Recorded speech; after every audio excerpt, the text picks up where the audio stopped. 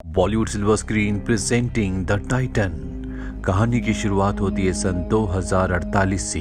ये वो वक्त होता है जब इंसानों ने धरती के सभी रिसोर्सेज को लगभग पूरी तरह से खत्म कर दिया है और जितने भी रिसोर्सेज बचे हुए हैं उन्हें हासिल करने के लिए देश आपस में लड़ते रहते हैं। यही हमें एक परिवार को दिखाया जाता है जिसमें लेफ्टिनेंट रिक, उनकी पत्नी एबिगेल और उनका बेटा होता है। इस पूरे परिवार को एक आलीशान मेंशन में लाया जाता है। यहाँ पर आकर ये पूरा परिवार बहुत खुश है। इन्हें पता चलता है कि यहाँ पर 13 और ऐसे आलीशान घर है जहां पर 13 और परिवारों को लाया गया है। इन सब के ऊपर रिसर्च होंगे, एक्सपेरिमेंट होंगे, जिसके लिए यहाँ पर वैज्ञानिकों की एक पूरी टीम है। अगली सुबह हमें प्रोफेसर मार्टिन को दिखाया जाता है जो सबको बताते हैं कि अगले 10 सालों में धरती पर हर एक तरह का रिसोर्स खत्म हो जाएगा, जिसके बाद धरती इंसानों के रहने लायक नहीं रह पाएगी। इसीलिए हमारे पास सिर्फ एक ऑप्शन है और वो है टाइटन, जो कि सैटर्न ग्रह का चांद है।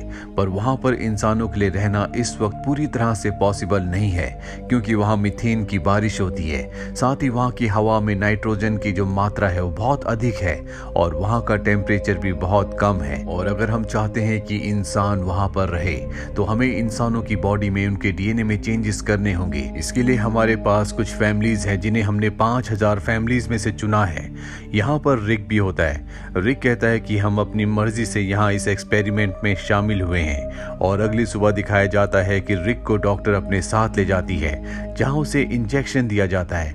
उसे बताया जाता है कि एक हफ्ते में उसे इस तरह के कई सारे इंजेक्शन दिए जाएंगे, इससे उसकी बॉडी में बहुत सारे चेंजेस होंगे और उसकी बॉडी ऑक्सीजन की जगह ज्यादा से ज्यादा मात्रा में नाइट्रोजन को कंज्यूम करना शुरू कर देगी। अब जब रिक के घर में एक पार्टी होती है तो उसकी पत्नी बहुत ज्यादा अल्कोहल कंज्यूम कर लेती है। वो अपनी पत्नी डॉक्टर एबिगेल को ऊपर लेकर जाता है और तभी रिक की तबीयत बहुत ज्यादा खराब हो जाती है। उसकी पत्नी उसे जब चेक करती है तो उसे बहुत तेज बुखार होता है। कुछ दिनों के बाद इन सब को, जो भी यहाँ पर फैमिलीज होती हैं, उनमें से कई सारे मेंबर्स को एक्सपेरिमेंट के एक अलग लेवल को टेस्ट करने के लिए पानी के अंदर रखा जाता है और ये देखा जाता है कि पानी में कौन कितनी देर तक बिना सांस के रह सकता है। एक एक करके सभी बाहर आ जाते हैं, लेकिन रिक और एक लड़की 40 मिनट तक पानी के अंदर ही बैठे रहते हैं। 40 मिनट के बाद लड़की का भी दम घुटने लगता है और वो पानी से बाहर आ जाती है, पर रिक वहीं रहता है। धीरे धीरे रिक का हार्ट रेट कम होना शुरू हो जाता है, जिससे उसकी पत्नी को टेंशन होना शुरू हो जाती है, जो बाहर उसके हार्ट रेट को मॉनिटर कर रही होती है। पर इससे पहले कि रिक को कुछ होता, रिक अपने आप ही पानी से बाहर आ जाता है और सब रिक के लिए तालियां बजाते हैं, क्योंकि वो 42 मिनट और कुछ सेकंड्स तक पानी के नीचे सरवाइव कर पाया था। रात को दिखाया जाता है कि रिक अपनी पत्नी एबिगेल के साथ स्विमिंग पूल में होता है, जहां पर उसकी पत्नी उसकी बैक पर कुछ नर्व्स को फील करती है, लेकिन उसे लगता है कि ये सब इस एक्सपेरिमेंट, इस मेडिकेशन की वजह से हुआ है।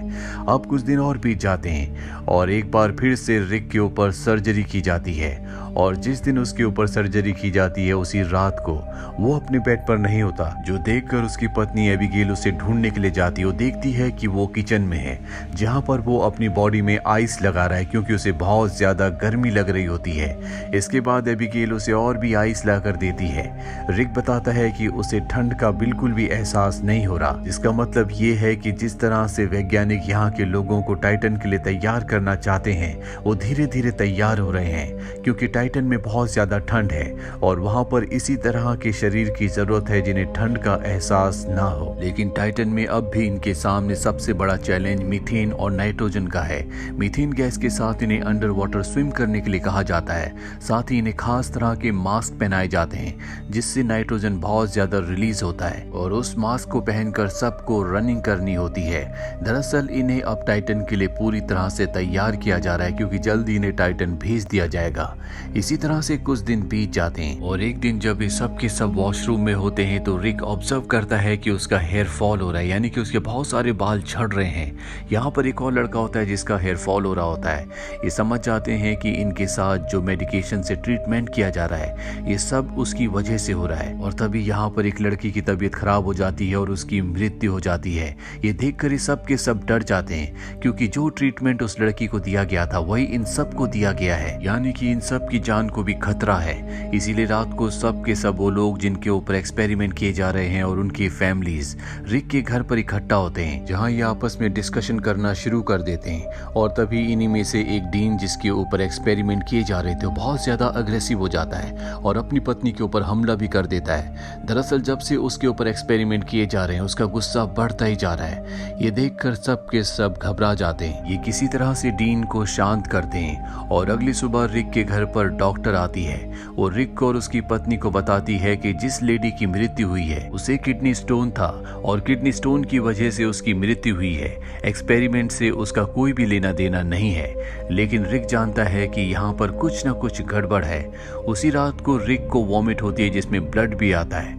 उसकी पत्नी डॉक्टर एबिगेल उसके ब्लड का, उसकी वॉमिट का सैंपल ले लेती है और तभी उसे एहसास होता है कि दरवाजे के पीछे से कोई उसे देख रहा है, यानी कि इनके ऊपर नजर रखी जा रही है। वही रिक को दिखाया जाता है जो स्विमिंग पूल के अंदर होता है, जहां उसकी स्किन उतरना शुरू हो जाती है, यानी कि अब उसकी स्किन उतर रही है।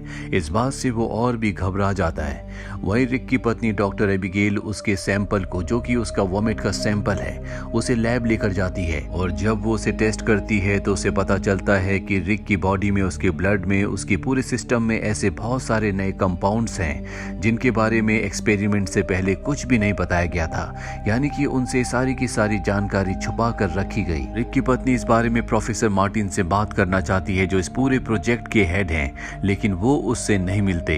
वहीं रिक की आंखों का ऑपरेशन किया जाता है ताकि वो अंधेरे में भी देख सके। ऑपरेशन के बाद जब वो घर आता है तो उसकी आंखों से खून निकलना शुरू हो जाता है, जिस वजह से उसे एक बार फिर से हॉस्पिटल ले जाया जाता है, जहाँ पर रिक की पत्नी को प्रोफेसर मार्टिन मिलते। वो उन पर आरोप लगाती है, उनसे पूछने की कोशिश करती है कि ये सब क्या हो रहा है, लेकिन वो उसकी किसी बात का जवाब दिए बिना वहां से चले जाते हैं। अब जब रिक की पत्नी घर वापस आती है तो वो देखती है कि उनके नेबर डीन के घर के बाहर मिलिट्री है। डीन वही है जिसके ऊपर एक्सपेरिमेंट किए जा रहे हैं, जो बहुत ज्यादा अग्रेसिव हो चुका है।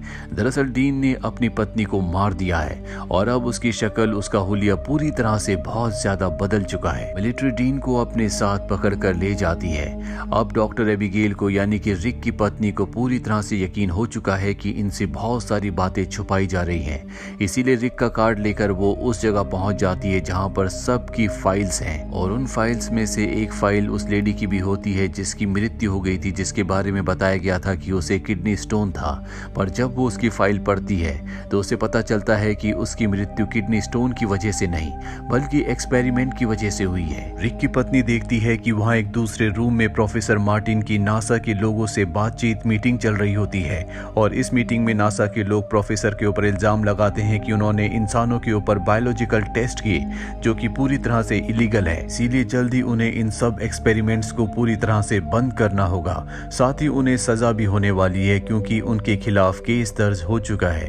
अगले दिन दिखाया जाता है कि प्रोफेसर मार्टिन रिक के घर जाते हैं, जहां पर वो प्रोफेसर मार्टिन को और उसकी पत्नी को बताते हैं कि उन्होंने ये सारे के सारे एक्सपेरिमेंट्स इसलिए शुरू किए थे कि इंसान टाइटन पर जाकर बच सके, लेकिन उन्हें खुद भी नहीं पता कि इसका अंजाम क्या होगा, क्योंकि हर एक इंसान का डीएनए अलग है और एक्सपेरिमेंट करने के बाद उन्हें पता चला कि हर एक इंसान की बॉडी में इस एक्सपेरिमेंट का, इन दवाओं का अलग तरह से असर हो रहा है। रिक ही एक ऐसा इंसान है जिसकी बॉडी सबसे ज्यादा पॉजिटिव रिस्पॉन्ड कर रही है।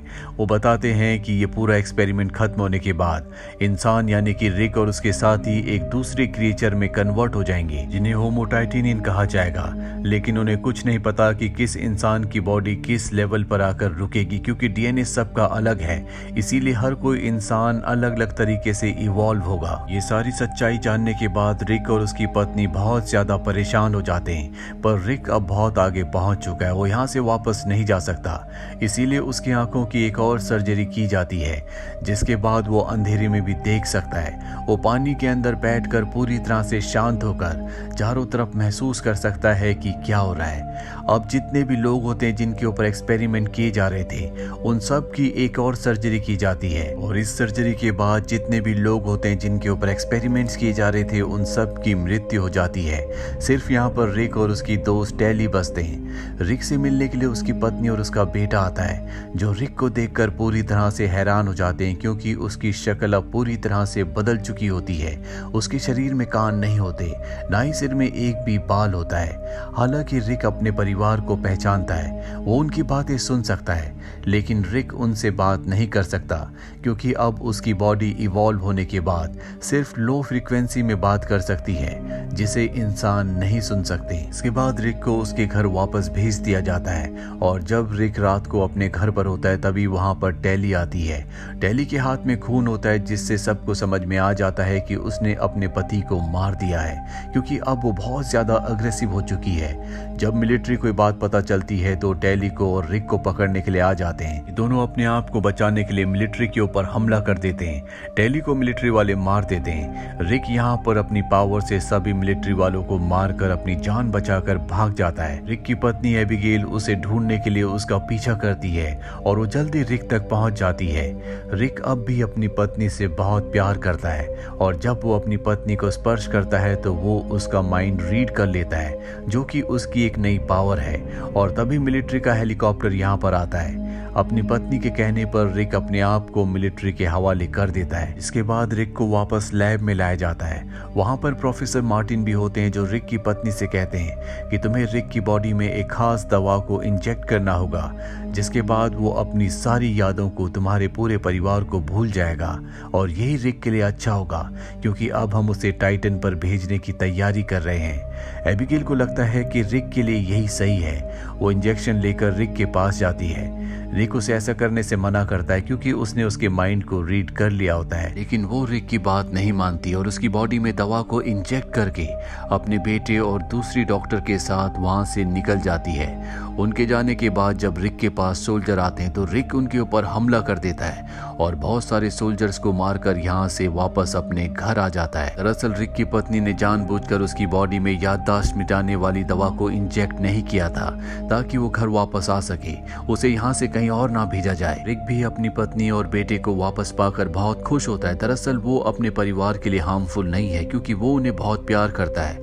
पर अब यहाँ पर बहुत सारे सोल्जर्स आ जाते हैं जो रिक को चारों तरफ से घेर लेते हैं और साथ ही प्रोफेसर मार्टिन भी आते हैं जो रिक और उसकी पत्नी को बताते हैं कि रिक अब कभी भी वापस इंसान नहीं बन पाएगा, ना ही वो अर्थ पर सरवाइव कर पाएगा, क्योंकि उसका पूरा का पूरा सिस्टम, उसकी पूरी की पूरी बायोलॉजी पूरी तरह से बदल चुकी है। अगर उसे जिंदा रहना है तो उसे टाइटन पर जाना ही होगा।